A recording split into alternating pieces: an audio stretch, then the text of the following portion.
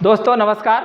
भूगोल के इस अध्ययन में हम भारत के भूगोल का अध्ययन कर रहे थे। तो आज आइए हम भारत में जो तापमान का वितरण है, यानी तापमान किस तरह से भारत में पाया जाता है और तापमान कहाँ पर कितना होता है और कब ये कैसा होता है, उसका अध्ययन कर लेते हैं, जिससे कि हम ऋतुओं का और भारत के मौसम का और जब भारत के मानसून का अध्ययन करेंगे तो उसमें हमें सुविधा रहेगी। तो दोस्तों यहाँ पर हम देख लेते हैं कि भारत का जो तापमान है वो शीतकाल में और ग्रीष्म काल में किस तरीके का होता है, क्योंकि शीतकाल और ग्रीष्म काल में भारत में तापमान की पिक्चर जो है वो एकदम उलट हो जाती है। यानी तापमान की दशाएं यहाँ एकदम बदल जाती हैं शीतकाल में और ग्रीष्म काल में। तो पहले हम शीतकाल और ग्रीष्म काल का जो तापमान है उसे देख लेते हैं। यदि ये चीज़ हमारे दिमाग में रहेगी तो हम ऋतुओं का परिवर्तन तथा मौसम में जो बदलाव होता है उसका अध्ययन करेंगे और यहाँ वर्षा तथा क्षेत्रीय जब और अध्ययन करेंगे तो हमें उसकी जो है वो अच्छे से ज्ञान प्राप्त हो जाएगा, यानी हम वो सही से याद कर सकेंगे। तो दोस्तों आइए देखते हैं कि भारत में तापमान का वितरण। तो दोस्तों यहाँ पर हमने भारत में जो तापमान का वितरण है उसे दो भागों में बांट लिया है और भारत के दो मैप बना लिए हैं, जिन पर के हमने तापमान की कुछ रेखाएं खींच ली हैं। तो इन्हें हम देख लेते हैं। यहाँ पहले हमने ये जुलाई महीने का और ये तापमान जो है वो जनवरी महीने का है।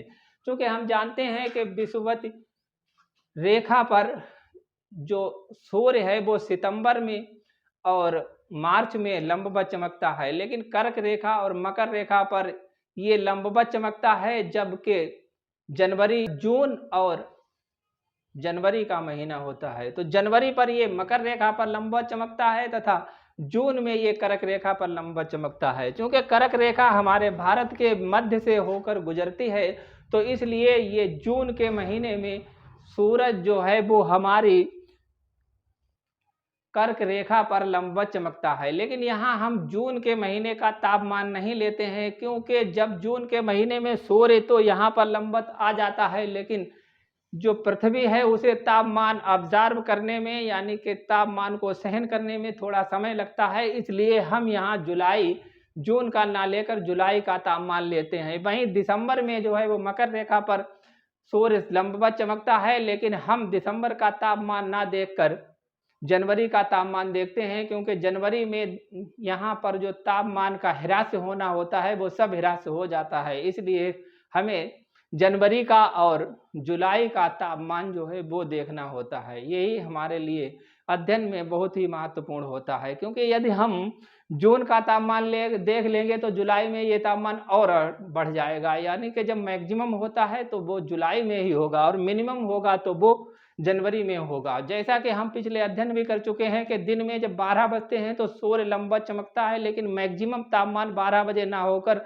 दोपहर के कुछ बाद यानी कि 2 बजे के टाइम रिकॉर्ड किया जाता है। तो वैसे ही मैक्सिमम तापमान यहाँ दिसंबर में ना होकर, मिनिमम तापमान यहाँ दिसंबर में ना होकर जनवरी में होता है, और वहीं मैक्सिमम तापमान यहाँ जून में ना होकर जुलाई में होता है। तो अब हम जुलाई के जो तापमान है उसे देख लेते हैं। तो दोस्तों ये हमारे भारत का ऊपर का हिस्सा है जो हिमालय पर्वतीय क्षेत्र है। हिमालय पर्वत के पास में यहाँ जुलाई में जो तापमान है वो 20 डिग्री औसत होता है।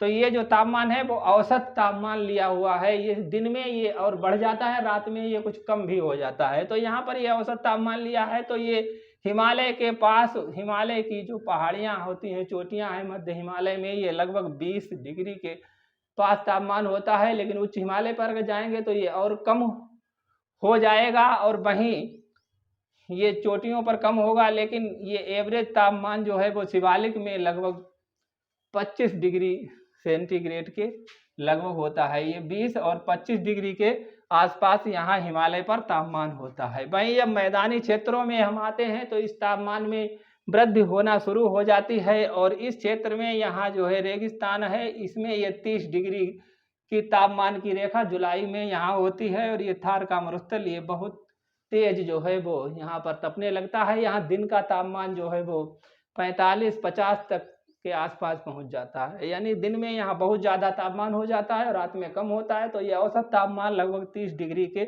आसपास यहाँ पर होता है। वहीं इस मैदानी क्षेत्रों में भी ये तापमान जो है वो 30 या उसके आसपास और 25 के मध्य में ये बना रहता है। चूँकि ये जो क्षेत्र देख रहे हैं इसमें तापमान जो है वो 25 और 30 के आस-पास रहता है, वहीं यहाँ पर तापमान कुछ अधिक रहता है। यानी कि ये जो है रेगिस्तानी क्षेत्र है और ये भी शुष्क क्षेत्र है, तो इस क्षेत्र में भी तापमान अधिक रहता है, क्योंकि यहाँ पर हवाएँ जो हैं वो इधर से फिर जुलाई में चलना शुरू हो जाती हैं। तो यहाँ पर अरावली ये पर्वत है और इस पर्वत की वजह से इधर जो है वो हवाएं जब पहुंचती हैं तो ये और शुष्क हो जाती हैं, तो यहाँ पर तापमान अधिक होता है। वहीं इस साइड में जब हवाएं आती हैं तो इस क्षेत्र में रेगिस्तान है और यहाँ पर जो है सूर्य लंबवत चमकना शुरू हो जाता है, इसलिए यहाँ तापमान अधिक हो जाता है। वहीं यहाँ ऊंचाई की वजह से तापमान कम रहता है और इस क्षेत्र में ये पर्वत की वजह से और इधर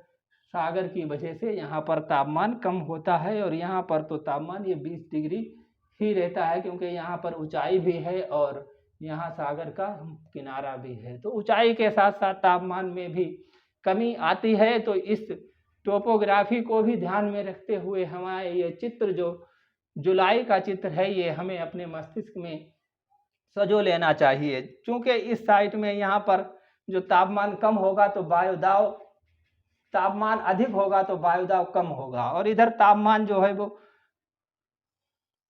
तापमान यहाँ पर जब अधिक है तो वायुदाब कम है और इधर तापमान कम है तो वायुदाब अधिक है। जब इधर वायुदाब अधिक होगा तो जुलाई में हवाएं जो हैं वो इधर से ऊपर के लिए चलना शुरू होगी, यानी कि सागर से स्थल की ओर जुलाई में हवाएं चलना शुरू हो जाएंगी। तो यही हवाएं आगे जो है वो बरसात करती हैं, लेकिन यहाँ हम इसका विस्तार से अध्ययन नहीं करेंगे। इसका विस्तार से अध्ययन आगे जब हम मानसून का अध्ययन करेंगे तब करेंगे। अभी कुछ हमें महत्वपूर्ण जो चीज़ें हैं इन पर ही फोकस कर देना चाहिए, क्योंकि ये जो चित्र है जुलाई का इसे अपने मस्तिष्क में रखना चाहिए। और वहीं अब हम देखते हैं जनवरी में, जुलाई से जैसे ही हम जनवरी में आते हैं यानी कि शीत ऋतु में, तो शीत ऋतु में तापमान में एकदम चेंजिंग हो जाती है। तो दक्षिण में जहाँ यहाँ पर अभी तक तापमान अधिक था यानी कि ये 25 और 30 के आसपास था, तो ये तापमान यहाँ पर 25 और 30 यानी 20 और 25 के पास ही रहता है। यानी यहाँ पर तापमान में कुछ कम गिरावट होती है,